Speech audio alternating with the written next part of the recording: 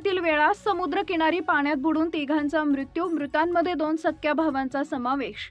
म्हसळा तालुक्यातील गोंडघर येथील शेतकरी कामगार पक्षाचे तालुका सरचिटणीस तसेच जयंतभाई पाटील यांचे खंदे समर्थक संतोष पाटील यांचे सुपुत्र व नवी मुंबई येथील पाहुणा श्रीवर्धन तालुक्यातील वेळास गावालगत असलेल्या समुद्रकिनारी पोहण्यास गेले असता पाण्याचा अंदाज न आल्यानं खोल पाण्यात वाहत गेल्यानं एकमेकांना वाचवण्याच्या नादात अवधूत संतोष पाटील वय वर्ष 25, मयुरेश संतोष पाटील वय वर्ष 21 राहणार गोंडघर तसेच हिमांशू संतोष पाटील एरोली नवी मुंबई वय वर्ष 21 यांचा मृत्यू झाला आहे।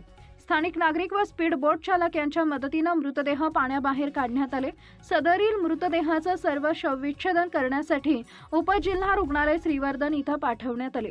मृतांमध्ये 2 सख्या भावांचा समावेश असून घटनेचा अधिक तपास दिघी सागरी पोलीस ठाणे करत असून घडलेल्या घटनेनं गोंडघर गावासह संपूर्ण म्हसळा तसेच श्रीवर्धन तालुक्यात शोककळा पसरली होती।